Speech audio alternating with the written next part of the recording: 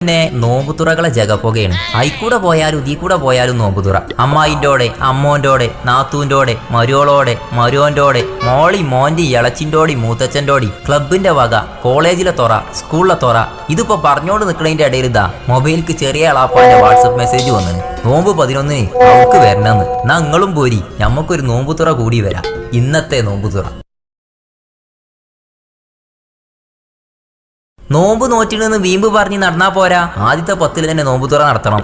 ആദ്യത്തെ 10, നടുവത്തെ 10, അവസാനത്തെ 10, ഇങ്ങനെ 30 ദിവസം അത്താഴച്ചോറ് തിന്ന് നീയത്തും വെച്ച് നോമ്പ് നോറ്റ് സുബഹി നിസ്കരിച്ച് കഴിഞ്ഞ പാടെ അമ്മോശാക്കാന്റെ വിളി അങ്ങോട്ട് വന്ന്, പിന്നെ ഇന്നിങ്ങോട്ട് പോരിട്ടോ, ആയിക്കോട്ടെ ട്ടോന്നും പറഞ്ഞ് അതങ്ങോട്ട് ഏറ്റ്. പിന്നെ നമ്മൾ നേരത്തെ പറഞ്ഞ മാതിരി ചക്കട്ട വകയിലുള്ള ഒരുവിധം കുടുംബക്കാരൊക്കെ ഇതേമാതിരി ഓരോ ദിവസം ഇന്ന് ഇങ്ങോട്ടിട്ടോ, നാളെ അങ്ങോട്ടിട്ടോ, മറ്റന്നാളാണ് ഇട്ടോന്ന് എല്ലാരോടും നമ്മൾ ഏറ്റ്.